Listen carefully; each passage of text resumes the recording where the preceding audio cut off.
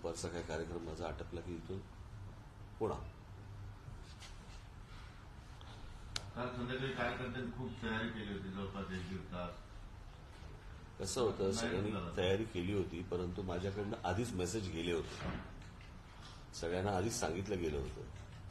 आता त्या उत्साहाला मी काही सांगू नाही शकत नाही, म्हणून मी आत्ता भाषण करताना पण त्या सगळ्यांना मी सांगितलं का उतरू शकलो नाही, ते शक्य नव्हतं मला. बरं, ते कसं आहे, अजून महिनाभर काळजी घेऊन नंतर उतरचढ करायचीच आहे.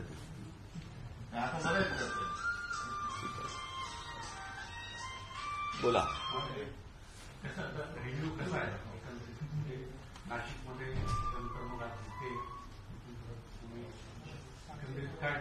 डोक्यात काय आहे? डोक्यात काय नाही, काही नाहीये. मला एक तर निवडणुका काय आपल्याकडे येत असतात, जात असतात, त्या काय चालूच असतं प्रकरण. परंतु आता गेले 2 वर्षामध्ये कुठे काय फिरता नाही आलं, काही करता नाही आलं, बाहेर जाता नाही आलं. म्हणजे सगळ्यांना बैठकीला किंवा मेळाव्याला बोलवणं हे पण थोडंसं संयुक्तिक नव्हतं, या एकूणच करोनाच्या पार्श्वभूमीवरती आणि लॉकडाऊनच्या पार्श्वभूमीवरती. तर आता हळूहळू मला असं वाटतं होतं इथं, त्यामुळे बाहेर पडलो. आमचे दिलीप धोत्रे त्यांनी सांगितले की आपण काय बसले मराठवाड्यातल्या आपल्या सगळ्या पदाधिकाऱ्यांचा एक मेळावा घेऊ. तो आता मेळावा म्हणून मी घेतला. बाकी काय चाललंय? महाराष्ट्राची तब्येत काय म्हणते? आमच्यापेक्षा तुम्हाला जास्त. वा रे वा, बिघडवणारे तुम्ही. जे काय चाललंय ते योग्य असं वाटतंय का? जे काय चाललंय राजकीय असेल, एसटीचं संप सुरू आहे आणि पेपर फुटत आहेत आणि लोकांना आता कसं हे काय पहिल्यांदा होतं याच्यातलं ही भाग नाहीये. असं काही नाहीये की बाबा पेपर फुटलाय तो पहिल्यांदा फुटलाय, इतक्या वर्ष अनेकदा फुटला, पण ज्यांनी फोडला ते फुटले नाहीत अजून, म्हणून सारखी फुटतात पेपर. ज्या प्रकारचा एक कसं आहे, तुमचा शासन म्हणून एक जो वचक असायला पाहिजे तो वचक राहत नाही. मग मला जरा तुमची जर थोडीशी ओळख करून दिली तर बरं होईल. मला मी अतुल पाटील, सकाळचा रिपोर्टर, सुहास सरवटे. मी तुषार मोर्ती, महाराष्ट्र टाइम्स. दैनिक आदर्श गावकरी. आपल्या नाशिकच्या गावकरीचं काय नाही, इथेच. डॉक्टर शेखर बघल, दिव्य मराठी. स्टार माझा, स्टार महाराष्ट्र. स्टार उर्दू दैनिक एशिया देशमुख. इस्माइल औरंगाबाद की update news. एमचे news check.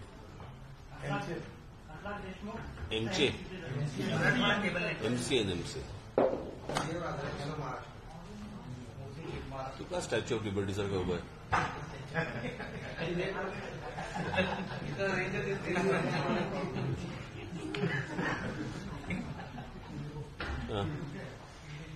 Siddheshwar fort smart Godavari paper. हळू सांगा जरे. हा, कुठला? Siddheshwar fort smart Godavari. कुठला? स्मार्ट गोदावरी. स्मार्ट गोदावरी. हळू सांग ना. विस्तार होतं मीडियात. हा, दैनिक लोकरत्न. दैनिक औरंगाबाद टाइम्स जाते. न्यूज आणि ADN news Aurangabad local news channel. Adarsh Gaonkari photographer. Siddharth Godam news 18 लोक. अमेय पाटील लोकमत डिजिटल. मी विकास राहू लोक. सतीश रेंगे पुणे. अशोक टाके जय महाराष्ट्र. सचिन बडे, लोकशाही. मच्छिंद्र नागरे, दैनिक भास्कर. कृष्णा केंद्रे, एबीपी माझा. जीवन पाटील, टाइम्स. संतोष शेखर, जय महाराष्ट्र. मोहम्मद इरफान साबदिल, कॅमेरा. हुसेन इनोवा. अहमद साहेब,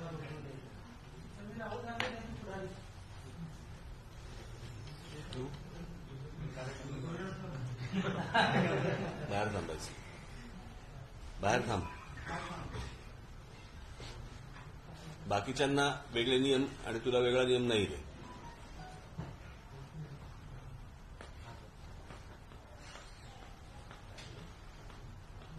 बोला ना, तुला काय असेल तर विचारा. नाही तर तुम्ही म्हणजे 22 महिन्यानंतर आला फेब्रुवारी 2000. तुम्ही काय मोजत असता काय ज्याला कधी आलो कधी गेलो? तुमच्या आयडिया तुम्ही आधी स्पष्ट करा. तुम्ही हे कोरोनाच्या नंतर बाहेर पडायचं नाही पडणार, निश्चित काहीतरी तुमच्या डोक्यामध्ये प्लान आहे. तो प्लान तुम्ही व्यक्त करावा थोडेसे.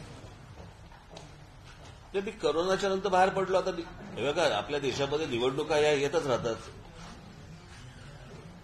म्हणून तुम्ही काही निवडणुकीसाठी बाहेर पडलो असं प्रत्येक वेळेला बोलू नाही शकत ना.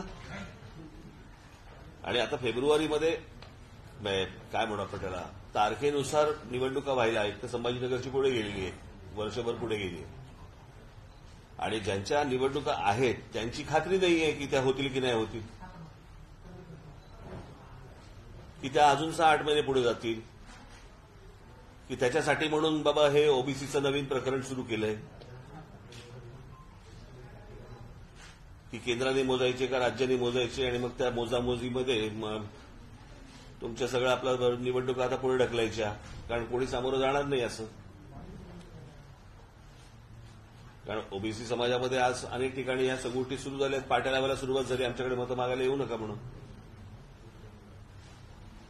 त्याच्यामुळे या सगळा जो गोंधळ घातला गेला यांची हिंमत नाही परत त्यांच्याकडे जायची. काहीतरी कारण काढून हे निवडणुका पुढे ढकलतील, माहीत नाही. आता हे निवडणुका पुढे ढकलतील का वेळेवर घेतील याची कुठचीच खात्री नसताना जर समजा मी बाहेर पडलो असीन आणि जर समजा मी माझ्या पक्षातल्या लोकांशी बोलत असीन तर त्यालाही काहीतरी बघायचं, कुठच्यातरी अर्थानेच बाहेर पडलोय. आणि अर्थ असणारच आहे ना. तुम्ही पण आज इकडे माझ्याकडे आलात तर कुठच्यातरी अर्थानेच आलायत ना. शेवटी राजकीय पक्ष आहे, राजकीय पक्षामध्ये मी ज्याला बाहेर पडणार त्याला काही ना काहीतरी अर्थ असणारच. आता तुम्ही सांगाल की तुमची स्ट्रॅटेजी काय आहे, मी तुम्हाला सांगू. तुम्हाला नाशिकला विचारलं तुमची स्ट्रॅटेजी काय, स्ट्रॅटेजी सांगायची. 2 प्रकारच्या स्ट्रॅटेजी असतात, काही हिडन स्ट्रॅटेजी असते ती नका सांगू. स्ट्रॅटेजी ही हिडनच असते.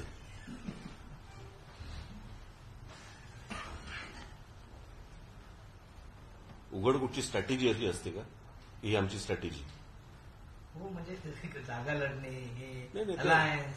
कसं आहे, या सगळ्या गोष्टी अजून तुमच्याशी बोलण्या इतपत अजून आमचं काम झालेलं नाही. तेच काम चालू असं समजायचं का? सगळ्यांचंच चालू असतं. आणि ते काय आज चालू अशातला भाग नसतो. बदल होत असतात, अनेक काही घटना घडत असतात, काही घटनांमध्ये अजून काही बदल घडत असतात. सो ही प्रोसेस आहे. ही प्रोसेस तर प्रत्येक जण त्यातनं जातच असतो, प्रत्येक जण चाचपणी करत असतो. काय संघटनात्मक बांधणी आणि येत्या काळात संघटनेमध्ये नवे काही बदल किंवा नवे धोरणं घेऊन येणार? आजच नव्या नियुक्त्या केल्या आहेत. नवीन जिल्हाध्यक्ष संभाजीनगरच्या जिल्ह्यासाठी म्हणून नवीन जिल्हाध्यक्ष नेमले गेलेले आहेत. शहर संघटक नेमले गेलेले आहेत. 3 शहर अध्यक्ष नवीन नेमले गेलेले आहेत. महानगर अध्यक्ष नेमले गेले. त्याच्यानंतर काही उपाध्यक्ष नेमले गेलेले आहेत. हे आज आत्ताच्या मेळाव्यामध्ये आत्ताही घडलंय. तर ते कोण आहेत ते तुम्हाला यादी देतील तुम्हाला त्या गोष्टींची. परंतु होतंय कसं या सगळ्याच्यामध्ये, मी काल नाशिकला थोडंसं ओझरतो मी हा विषय बोललो, परंतु आपण मूळ विषय ठेवतोय बाजूला आणि आपण नको त्या सगळ्या विषयांमध्ये आपण सगळं प्रकरण फिरवलं जातं. आणि शेवटी तुम्हाला जे काय फीड येतं त्याप्रमाणे तुम्ही छापता किंवा तुम्ही जे दाखवता. परंतु शेवटी तुमचाही वापरच केला जातो या सगळ्या लोकांकडनं आणि तुम्ही ती गोष्ट दाखवता त्या याच्यात. म्हणजे आता उदाहरणार्थ त्या कोणतं आर्यन खान प्रकरण किती दिवस चालू होतं? जवळपास 28 दिवस चालू होतं. ज्या दिवशी बाहेर पडला त्याच्यानंतर कोणी विचारलं पण नाही सध्या कसा आहे. तोपर्यंत जोरात सगळ्या गोष्टी सुरू होत्या. सुशांत सिंग काय प्रकरण, त्याच्यानंतर तुमचं ते काय अंबानींच्या घराबाहेर बॉम्ब ठेवला, त्याचं काय झालं पुढे माहित नाही. सो हे शेवटी तुमचाही हे कुठेतरी वापर करतायत आणि या वापरामधून या सगळ्या गोष्टी घडतायत. मूळ विषय राहतात बाजूला. परवा दिवशीची बातमी, परंतु त्याच्यामध्ये तुमच्या काही वरच्या वरिष्ठांना किती इंटरेस्ट होता मला माहिती नाही. परंतु ज्या लोकसभेमध्ये जी बातमी तिकडे जी दाखवली की 5 लाख व्यावसायिकांनी देश सोडला, 5 लाख ज्यावेळेला व्यावसायिक ज्यावेळेला देश सोडतात त्यावेळेला नोकऱ्यांवरती त्याचा काय परिणाम होतो याच्यावरती आपल्याकडे चर्चा होत नाही, याच्यावरती आपल्याकडे बातम्या लावल्या जात नाहीत. आपल्याकडे 28 दिवस आर्यन खान चालतो, आपल्याकडे कोणतं तुमचा अनिल देशमुखांची काय अटक होते, त्याच्यानंतर तो कोण वाझे प्रकरण सुरू होतं, मग ती गाडी गेली कुठे, मग ती गाडी त्याच्या मागे सगळे जण लागतात. पण हे 5 लाख जण गेले कुठे ह्याचा शोध घ्यावाचा कोणालाही वाटत नाही.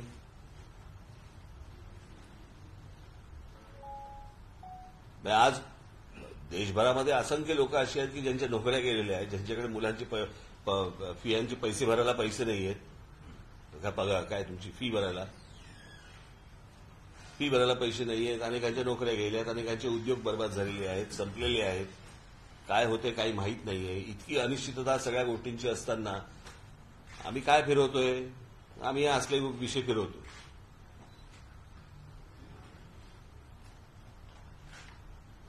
या अनिश्चिततेला जबाबदार कोण आहे? कशाला या अनिश्चिततेला काय या अनिश्चिततेला जबाबदार कोण आहे? सगळेच जण आहेत. जसे राजकारणी आहेत तसे तुम्ही पण आहात. हे जे व्यावसायिक गेले तर हे केंद्राच्या धोरणामुळे गेले, कशामुळे गेले? मग मी सांगितलं ना, कालच सांगितलं ना की त्याच्यामध्ये नोटबंदीपासून ते ह्या सगळ्या लॉकडाऊन पर्यंत सगळ्याच गोष्टी आल्या त्याच्यात. महाराष्ट्राची तब्येत खराब आहे कशी आहे असा प्रश्न तुम्ही विचारला. आता 3 डॉक्टर आहेत 3 पक्षाचे, तर तुमच्या दृष्टीनं बरी आहे की काय? तर तपासायला एकच डॉक्टर लागतो ना, 3 डॉक्टर तर म्हणूनच प्रॉब्लेम. मल्टी ऑर्गन फेल्युअर हे तुमच्याकडून महाराष्ट्रामध्ये 3 पक्षाचं सरकार आहे. भाजपा यात मग्न आहे की आमचं 1 महिन्याने सरकार येईल, 2 महिन्याने सरकार येईल. यामध्ये महाराष्ट्राला तुमची गरज आहे असं तुम्हाला वाटत नाही का? कारण एक सक्षम व्यक्ती या 3ही सरकारला कुणी दिसत नाही अशी सध्याची स्थिती आहे. याबाबत तुम्ही काय विचार करताय का? आणि पुन्हा एकदा सक्षम पर्याय उभा करण्यासाठी तुम्ही बाहेर पडलोय ना, बाहेर पडलोय. आणि आत्ताचे एकूण हे तिघांचं सरकार पाहता हे काही आत्ता पडेल असं सरकार वाटत नाही मला. ठाकरे सरकार आल्यानंतर तुम्ही शॅडो मंत्रिमंडळाची घोषणा केली आणि ज्या पद्धतीने किरीट सोमय्या भाजपचे घोटाळे तसं मनसेचं शॅडो मंत्रिमंडळाचं काही नाही, कसं आहे, मला वैयक्तिक कुठचे घोटाळे बाहेर नाही काढायचे कोणाची. घोटाळ्यांपेक्षा कोणाच्या मला घरामध्ये डोकवायचं नाहीये. महाराष्ट्रामधले तुम्ही एक गोष्ट लक्षात घ्या की ह्या सगळ्या ह्याच्यामध्ये एकटे किरीट सोमय्या हे पूर्वीपासून हेच करतायत. त्याची उत्तरं सापडत नाहीयेत त्या सगळ्या गोष्टींची. महाराष्ट्राला भेडसावणारे जे प्रश्न होते त्याच्यासाठी म्हणून आपण ती गोष्ट केली होती, पण त्याच वेळेला नेमका लॉकडाऊन लागला. तुम्हाला आठवत असेल की ते अधिवेशन झालं आणि अधिवेशनानंतर लॉकडाऊन लागला. तर त्या लॉकडाऊनमध्ये आमच्या अनेक लोकांनी या करोनाच्या काळामध्ये प्रचंड काम केलं, परंतु ते प्रचंड काम हे सोशल मीडियावरतीच राहिलं आणि ज्यांच्यापर्यंत लोक पोहोचले आमचे त्यांना ही गोष्ट माहितीये. काल पेपरफुटी आणि या सगळ्या गोष्टींमधून तुम्ही एक खंत व्यक्त केली की लोक निवडणुका आल्या त्यावेळी ह्या गोष्टी लक्षात ठेवत नाही. आहेतच. येत्या काळात तुम्ही निवडणुकांना समोर जाताना या मुद्द्यांसह निवडणुकीसाठी ज्या गोष्टी लागतात त्या गोष्टी देखील बायफोर बायक्रूप पुढे जाणार का निवडणुकांमध्ये? ते अर्थातच कसं आहे, या सगळ्या याच्यामध्ये शेवटी राजकारणी समाज बिघडवतात का समाज राजकारण्यांना बिघडवतो असाच प्रश्न पडावा अशी स्थिती आहे. जर निवडणुकीच्या तोट्यावरती मला अजूनही आठवते की 98ची निवडणूक लोकसभेची, कांद्याच्या भावावरती निवडणूक झाली लोकसभेची.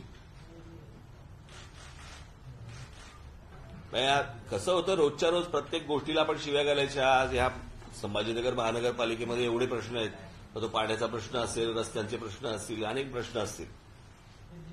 पण निवडणुकीच्या वेळेला ज्या वेळेला ह्या सर्व गोष्टींचा जर विसर पडत असेल तर मला असं वाटतं की मग तुम्ही हेच भोगा.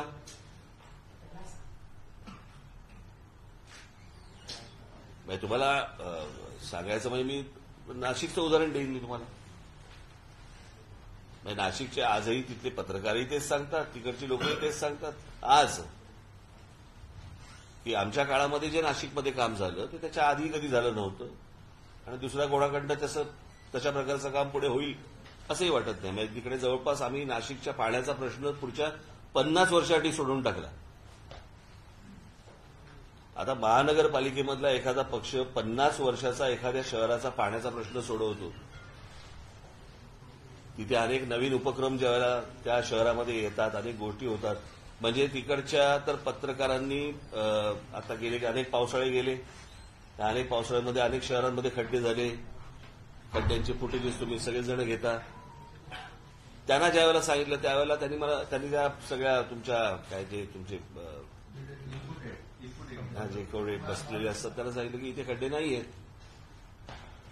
आता जर रस्त्यामध्ये खड्डे नसतील तर ही चांगली गोष्ट मानायची, पण ह्या सगळ्या गोष्टी करून पण जर समजा निवडणुकीच्या वेळेला वेगळ्याच विचारांवरती जर समजा आपण मतदान करणार असू तर कोण तुमच्यासाठी चांगलं काम करेल असा पण प्रश्न पडतो ना. जर समजा कामावरती जर मतदान होणार नसेल तर मग समज असा व्हायला लागतो की बाबा एका कामावरती मतदान करत नाहीत, बाकीच्याच गोष्टींवरती करतात. मग कामं करायची कशाला, कशासाठी रस्ते सुधारून पाहिजेत, त्या वेळेला शिव्या घालतील. निवडणुकीच्या वेळेला काहीतरी वेगळं सुरू केलं की वेगळ्या गोष्टींवरती मतदान करतील. लोकांनी या गोष्टींचा राग जोपर्यंत व्यक्त होत नाही मतपेटीतनं तोपर्यंत हे कोणीच सुधारणार नाहीत. निवडणुकीच्या तोंडावरती ह्या पक्षातून त्या पक्षात जायचं, त्या पक्षातून त्या पक्षात जायचं, आणि जर का तो निवडून आला तर मग काय बांधिलकी नावाची काही गोष्टच राहिली नाही.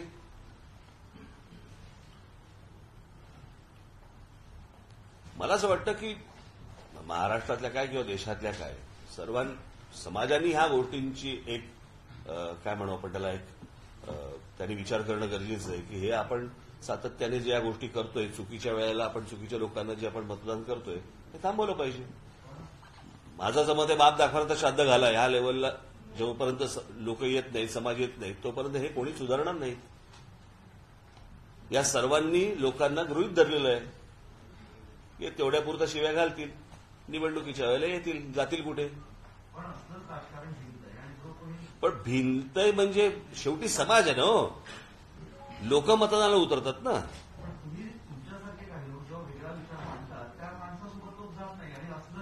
म्हणजे मला फुकट घालवतात ना, बरोबर की नाही. म्हणजे प्रश्न असा आहे की नंतर नका बोलू, जाणार नाही तो भाग वेगळा. काय असतं, काही लोकांचं सुधारायचं वय निघून जातं, काही लोकांचं फुकट द्यायचं वय निघून जातं. तसं आता माझं फुकट द्यायचं वय निघून गेलं. सुधारायचं वय पण गेले 20-25 वर्ष बघताय तुम्ही की गठबंधनचं युग आलेलं आहे, युती आघाड्यांचं युग आहे. अशा स्थितीत आपण तसं विचार नाही करत ना. म्हणजे मला असं म्हणायचं की तुम्ही म्हणताय की मला लोक फुकट घालवत आहेत, नाही हो, तर त्याऐवजी मी असं म्हणतोय घ्या उद्याची लाईन टाका दिव्य मराठीची, लोक मला फुकट घालवतात. एवढंच आहे ना, एवढंच असतं. नाही, माझं हे म्हणणं की गठबंधनची सरकार येऊ लागलेली आहे, आपण तसा विचार नाही करत. फ्लेक्झिबल राहाल का म्हणजे तुम्ही आपण निवडणुकांमध्ये? कसं आहे, पहिली गोष्ट तुम्ही आत्ता काय घडणार आहे किंवा निवडणुकीच्या वेळेला ऐन तोंडावरती काय घडणार आहे तुम्ही ना सांगू शकत ना मी सांगू शकत. परंतु प्रत्येक जण आपापला पक्ष मोठा करण्यासाठीच काम करतो. निवडणुकीच्या वेळेला बघू. पण आता ज्या पद्धतीनं 3 पक्षाचं सरकार एकत्रित आलेलं आहे आणि ते येणाऱ्या निवडणुकीमध्ये सुद्धा सोबत राहण्याची शक्यता आहे, मग अशा वेळेस इतर पक्षांना काय स्पेस भेटणार? परत सांग. नाही, तत्पूर्वी मला म्हणायचं की थांबायचं. नाही, काय तर मला हे म्हणायचं आहे की आता जे 3 पक्षाचं सरकार आहे जे अपेक्षित नव्हतं, घडलं झालं, येणाऱ्या काळामध्ये आता हे 3 पक्ष सोबत पुढच्या निवडणुकीला सामोरे जातील अशी शक्यता आहे. मग इतर पक्षांनी कसं स्पेस मिळणार आहे त्यांना, तर हे 3 पक्ष एकत्रित उतरले सर्वीकडे? हे तुम्हाला सांगू? नाही, मला सांगायचं आम्ही बघा, आम्ही या क्षेत्रात आहोत ना, आम्ही या गोष्टींचा विचार करू. निवडणुकीच्या तोंडावर तुम्हाला दिसेल काही गोष्टी झाल्या तर दिसतील, नाही झाल्या तर नाही दिसणार. नाही, ऑप्शन्स सांगा. ऑप्शन्स नाही, मी आता नाही, तुम्हाला नाही सांगू शकत. सिंगल पक्ष कशी स्पेस करणार? ऑप्शन्स म्हणजे 3 पक्ष पण तो माझा विषय आहे ना, माझा विषय आहे ना. तुम्ही मला ही गोष्ट नाही सांगू शकत ना. राजी तुम्ही हे नका सांगा. कुणाला टॅप करणार आहे त्यावेळेला करा. ऑप्शन्स काय काय आहे तुमच्यासमोर? मलाच नाही सांगायचे तर तुम्ही मला हे नाही विचारू शकत. काढून घेणं आमचं काम आहे ना. पण मला नाही द्यायचे. मनसे फ्लेक्झिबल राहील ना या सगळ्या मनसे फ्लेक्झिबल राहील ना. भाजपचा विषय झाला आणि महाविकास आघाडीची मतं फुटली. तुम्ही या विषयाकडे नाही नाही, काय काय महाविकास आघाडीची मतं फुटली. परिषदेचे निकाल आले 3 ठिकाणी, 2 ठिकाणी तर मला माहिती नाही. मला भाजपचा विषय झाला आणि महाविकास आघाडीचा पराभव. राज्य सरकार अभिनंदन. एक दरवेळेसारखी प्रश्न विचारला जातो आणि आता पुन्हा निवडणुकी आला की तो एक चर्चा असतो. औरंगाबाद की संभाजीनगर, आणि आता नुकताच जिल्हा परिषदमध्ये त्याचा ठराव घेतलाय संभाजीनगरला, आणि काँग्रेस राष्ट्रवादी याला विरोध करतो आणि शिवसेनेची भूमिका आहे की संभाजीनगर करा. तुम्ही कसं बघता? मी ह्या विषयामध्ये आता तुमच्याशी काही बोलणार नाही. ज्या वेळेला मी जाहीर सभा घेईन त्यावेळेला मला जे काय बोलायचं मी मांडीन याच संभाजीनगरच्या मुद्द्यावर. आपण आता सचिन वाझेचा जो उल्लेख केलेला होता ते सचिन वाझे ते अँटिलिया प्रकरणामध्ये सचिन वाझेने आता काही वेळापूर्वी असं सांगितलेलं आहे की अनिल देशमुखांना त्यांनी क्लीन चिट दिली आहे आणि अनिल देशमुखांनी कधी पैसे त्यांच्या स्टाफनी किंवा त्यांनी मागितलेच नाहीत असं सांगितलं. मग हे काय चाललंय? मलाही नाही कळत. काही दिवसापूर्वी नाही, या प्रकरणात तुम्हाला काही समजलं तर मला सांगा. माझे दोघांची नाही, मला हे बघा, मला एक प्रश्न आहे. मी जो मुंबईमधल्या एका पत्रकार परिषदेमध्ये मी हा प्रश्न मांडला होता की सचिन वाझे हे मला असं वाटतं मी जर चुकत नसेल तर 6 महिने जेलमध्ये होते, बरोबर? आणि जवळपास 7-7.5 वर्ष ते त्या पदावरती नव्हते, बडतर्फच होते. बडतर्फ होते. त्याच्यानंतर त्यांना शिवसेनेमध्ये प्रवेश दिला गेला, बरोबर आहे? शिवसेनेचे कार्याध्यक्षांच्या अतिशय जवळची व्यक्ती म्हणून त्यांना ओळखलं जायचं, बरोबर? मुकेश अंबानी हे आताच्या मुख्यमंत्री शिवसेनेच्या कार्याध्यक्ष यांच्या अत्यंत जवळचे मित्र. आता एक जवळचा माणूस दुसऱ्या जवळच्या माणसाच्या घराच्या खाली जाऊन बॉम्ब लावतो. मला ह्याचा अर्थच अजूनपर्यंत लागलेला नाही आणि त्याचं उत्तर जोपर्यंत सापडत नाही तोपर्यंत तुम्हाला पुढची प्रकरणं काय ही कधी समजणारच नाही. आणि म्हणून मी तुम्हाला सांगितलं, त्याच वेळेला बोललो होतो की मूळ विषय राहील बाजूला, हे प्रकरण कुठेतरी भरकटत नेतील आणि मूळ विषयावरती कधी येणार नाही. विषय सुरू झाला खाली जिलेटिन ठेवल्यापासून ना त्या घराच्या. आपण सर्वजण इथे संभाजीनगरला असतात त्याच्यामुळे आपल्याला तिथली तो कुठचा रस्ता अल्टामाउंट रोडवरची तिकडची जर तुम्ही सिक्युरिटी पाहिली तर माणूस जर समजा 2दा गेला तिथून तर विचारणा होईल. इतकी कडक सिक्युरिटी आहे त्या सगळ्या भागात. अशा वेळेला एक माणूस तिकडे जातो, तिथे गाडी लावतो, गाडी लावल्यानंतर मग परत येतो आणि मग एक परत चिठ्ठी ठेवतो आणि मग परत जातो. याची उत्तरं काय आहेत? मी स्क्रिप्टेड आहे म्हणून. मला काही याचं उत्तरच सापडत नाही ना. जर वाझेने तिथे गाडी ठेवली आहे, जर वाझे हा शिवसेनेचा माणूस म्हणून आहे, मुकेश अंबानी जर उद्धव ठाकरेंचे जवळचे मित्र आहेत, तर वाझेने तिथे जाऊन गाडी का ठेवली? एक साधा सरळ प्रश्न आहे ना माझा. याचं उत्तर अजूनपर्यंत येत नाही. हे ते आता तुम्ही कोणी विचारलं मला, आता तुम्ही विचारलं, हे तर 25,000 फुटावर विमान चाललंय. देशमुख मूळ विषय मी विमानाच्या टेक ऑफचं बोलतोय. आणि कशासाठी टेक ऑफ? मला समजतच नाही. त्यावेळेला तुम्ही माझ्याकडे आता फार मी तुम्हाला काही डिटेल देऊ शकत नाही, मी सांगू शकत नाही, सांगणार नाही. परंतु मी असं वाक्य त्यावेळेलाही तेच होतं, आजही माझं तेच होतं की हे जिथून सुरू झालंय त्याचा जर समजा शोध लागला तर पुढे फटाक्याची माळ लागेल. परवा दिवसभर जे सुरू होतं मुस्लिम आरक्षणासाठी एमआयएमचा मोर्चा वगैरे, तर निवडणूक आल्या की त्याआधी तसे आरक्षणाचे मुद्दे उचलले जातात का असं तुम्हाला वाटतं? मुळात पहिलं एक मी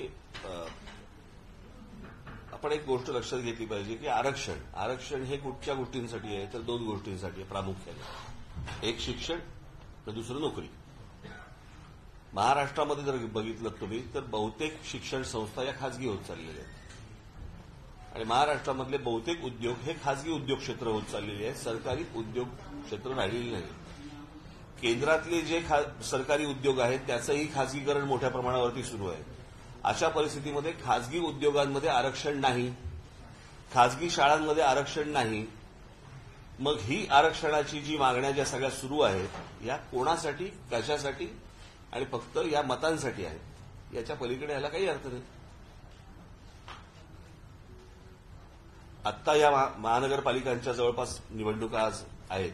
केंद्र सांगते राज्यांनी मोजावेत ओबीसी किती आहेत महाराष्ट्रामध्ये. राज्य सांगते ओबीसीची यादी आम्हाला केंद्राने द्यावी. जर केंद्राकडे यादी आहे तर केंद्र देत का नाहीये? आणि किती 430 कोटी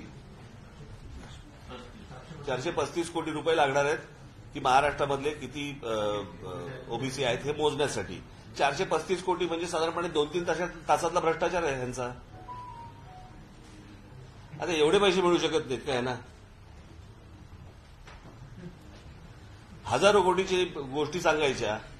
इतके 1000 कोटी याला घातले, इतके 1000 कोटी याला घातले, इतकेशे कोटी रुपयाचं एवढं आम्ही केलं. मग 435 कोटी रुपयांनी काय फरक पडणार आहे? त्याच्यामध्ये ओबीसी समाज मोजून पण होईल. हे करायचंय की नाही करायचं या लोकांना, ह्याचं हे जे सगळं राजकारण करतायत ना की ह्याच्यामध्ये जेवढं जास्तीत जास्त जातींमध्ये फूट पाडता येईल तेवढी फूट पाडायची आहे. आणि जे उत्तर प्रदेश, बिहार आणि या सगळ्या भागामध्ये जे जातीची समीकरणं ज्या प्रकारे चालतात त्या प्रकारे यांना महाराष्ट्र बनवायचं आहे. इतका जातीने बजबजपुरी असलेला महाराष्ट्र मी इतक्या गेल्या कित्येक वर्षात पाहिलेलं नाही. मी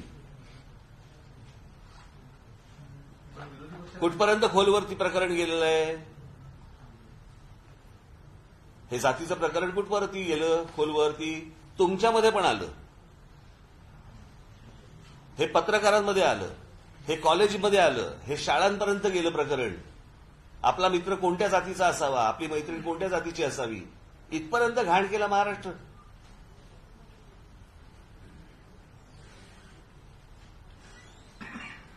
आणि कोणतरी काय म्हणू आपण त्याला, छोटी कुठची तरी माणसं अशी येऊन काहीतरी मध्येच काहीतरी सांगणार की ह्यांना आरक्षण दिलं पाहिजे याच्यावरती. ते कोणी आता कोण बोललं? एमआयएम तिरंगा माहिती नव्हतं कोणाला मुंबईत.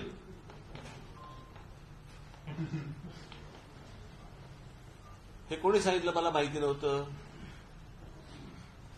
पत्रकारांनी. लोक तर सोडूनच द्या. मला मुंबईतल्या पत्रकारांनी सांगितलं त्यांना माहितीच नव्हतं की अशा प्रकारचा काहीतरी मोर्चा आहे.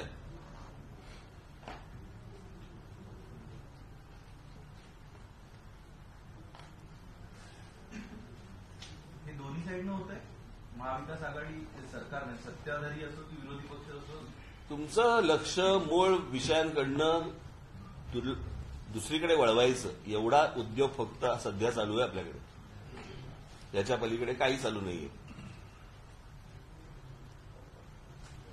मला खरंच प्रश्न पडतो की या सगळ्या ह्याच्यामध्ये तुम्ही अनेकदा येता, भेटता, आपण अनेक विषय तुम्ही मांडत असता, बोलत असता, लिहित असता, दाखवत असता. लोकांनी या गोष्टी नीट याच्यात गांभीर्याने घेणं गरजेचं आहे. काय मी त्या दिवशी माझ्या एका भाषणामध्ये मी सांगितलं, माझ्या एका मुलाखतीत पण सांगितलं होतं मी की नुसतं सुशिक्षित असून नाही चालत, सुज्ञ असायला पाहिजे.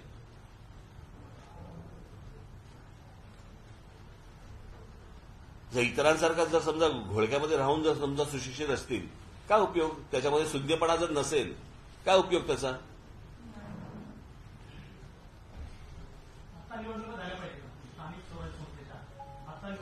झाल्या पाहिजेत का? ह्याला काय लॉजिक आहे? वेळेनुसार व्हायला पाहिजेत. महाराष्ट्रात एवढे सगळे प्रश्न आहेत पण नवीन युनिकॉर्न ओ मायक्रॉन काय ओ मायक्रॉन तर तुम्ही म्हणता युनिकॉर्न कधी गाडीचं नाही का? लोकांची मानसिकता बदलली जाते या गोष्टी राजकारणामध्ये. आता काल जे नरेंद्र मोदी यांचे जो सगळ्या गोष्टी झाल्या, दिवसभर दाखलं होते काशीच्या तर याच्यामध्ये एक हिंदुत्वाची लाट भारतामध्ये काल जवळपास 8-10 तास दिसली. मग ह्याच गोष्टी लोकांच्या मतदारांना प्रभावित करतात. मला अजून काही लाट दिसत नाहीये. भावना आहेत. एक तुम्हाला गोष्ट सांगतो, ज्यावेळेला बाबरीचा ढाचा ज्यावेळेला पडला ना, त्यावेळेला लोकांच्या मनामध्ये राग होता. रागाचं परिवर्तन हे मतांमध्ये झालं. पण ज्यावेळेला राम मंदिर ज्यावेळेला बांधलं जातंय त्यावेळेला लोकांना आनंद आहे. आता आनंदाचं परिवर्तन हे किती मतात होतंय मला माहीत नाही. गैरहजर एसटी कर्मचारी जे आहेत त्यांच्यावरती सतत निलंबनाची कारवाई होताना पाहायला मिळते, पण चर्चा काही होत नाही. हो, किंवा बेसमा लावायचं सरकारने सांगितलं, पण तो पण आणखी त्याचा वापर केला गेला. नाही, मी काल म्हटलं ना, 1,00,000 कर्मचारी आहेत. अंगावर आले तर काय करेल सरकार? त्यांना समजून घेणार आहोत की नाही आपण? 4-4 महिने पगार द्यायचे नाहीत त्यांना. ऐन दिवाळीमध्ये तुम्ही पगार देत नाही आहात. बाकीच्या सगळ्या गोष्टी सगळ्या सुरू आहेत ना ह्यांच्या.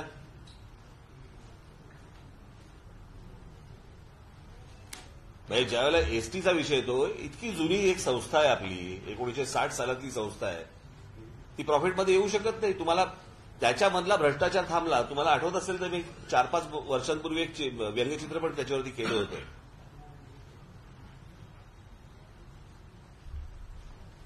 त्याच्यामधला भ्रष्टाचार जर समजा थांबला तर अनेकांचे फायदे होतील.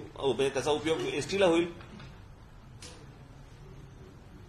मी त्यादिवशी माझ्याकडे आपले काय ते देवेंद्र फडणवीस ज्यावेळेला आले होते त्यावेळेला मी त्यांना सांगितलं की म्हटलं तुम्ही विरोधी पक्ष नेते आहात, तुम्ही एक प्रोफेशनल मॅनेजमेंट कंपनी ही एसटीसाठी चालवली, एसटी त्यांनी चालवावी.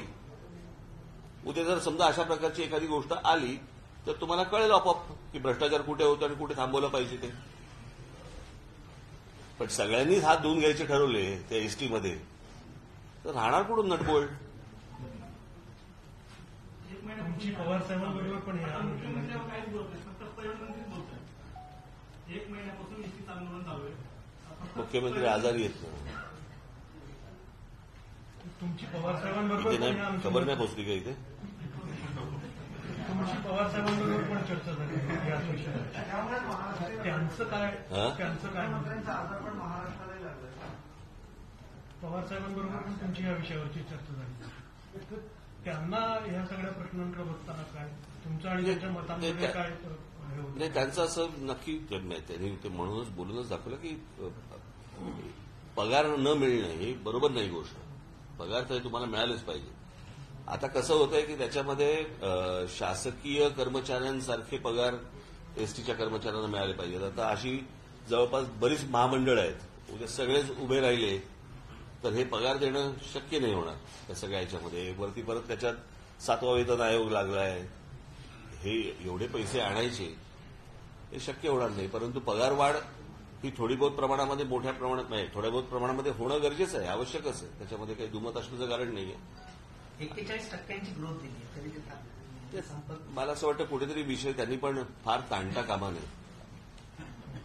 पण परंतु मला असं वाटतंय की त्याला एक प्रोफेशनल मॅनेजमेंट कंपनी येणं गरजेचं आहे. ती कुठची ते तुम्ही टेंडर काढा आणि काहीतरी त्याच्यावरती ठरवा. शिवनेरी आणि शिवशाही तसे प्रायव्हेटच आहे, फक्त त्यांच्या लाल परिस्थिती होतात महामंडळात. प्रोफेशनल कंपन्या जर आपण पेपर फुटीची प्रकरणं घेतली तर त्याही नीट काम करत नाहीत असं दिसतंय आपल्याकडे. पण एका उदाहरणावरनं आपण सगळं सरसकट 10 वर्ष बघतोय आपण सगळी नोकरीवर. सगळं 10 वर्षाचा फेज आहे. कोणत्याच सरकारच्या काळामध्ये प्रोफेशनल कंपनी मिळू नये किंवा ते तलाठी भरतीपासून कारण याचं कारण प्रोफेशनल कंपनी जर अशा प्रकारची दिली तर भ्रष्टाचार करायला वाव मिळणार नाही. याच्यामध्ये जे काही सगळ्यांना हात धुवून घेतात म्हणजे त्यांना हात धुवून घेता येणार नाही आणि म्हणून त्यांना असल्या प्रकारच्या कुठच्याही गोष्टी नकोय. ज्या कंपनीने कंत्राट दिली त्या ब्लॅकलिस्ट संचालकच त्याचे मुख्य सूत्रधार महाराष्ट्राच्या समोर आले. सर, एमआईएम के खासदार ने कल एक प्रेस कॉन्फ्रेंस लिया था और उन्होंने हुकूमत को चैलेंज किया है कि अगर मुसलमानों को 5% रिजर्वेशन मिलता है तो एमआईएम पूरे महाराष्ट्र में आने वाले महानगर पालिका इलेक्शन नहीं लड़ेगी. आप किस नजरिए से देखते हैं सर? मला आरक्षणाचं माहित नाही, पण नाही लढवली तर बरं होईल. चला. बऱ्याच दिवसांनी भेट झाली.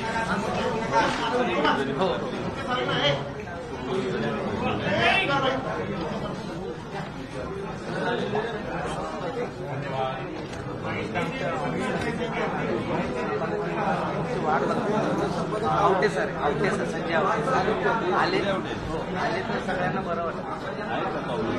आवटे सर फक्त बोलले पण बाकी संपादक हे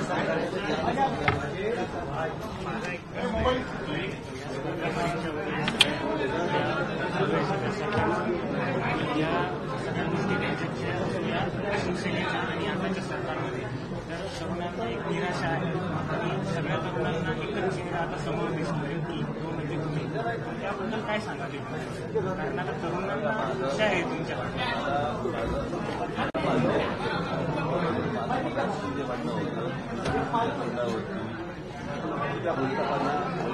नको त्या लोकांच्या मागे लढत असतात तरी विषय कधी संपणार नाही.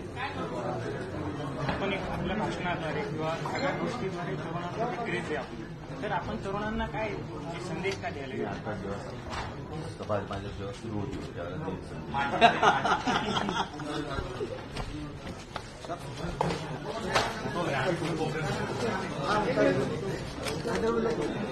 बोलवलं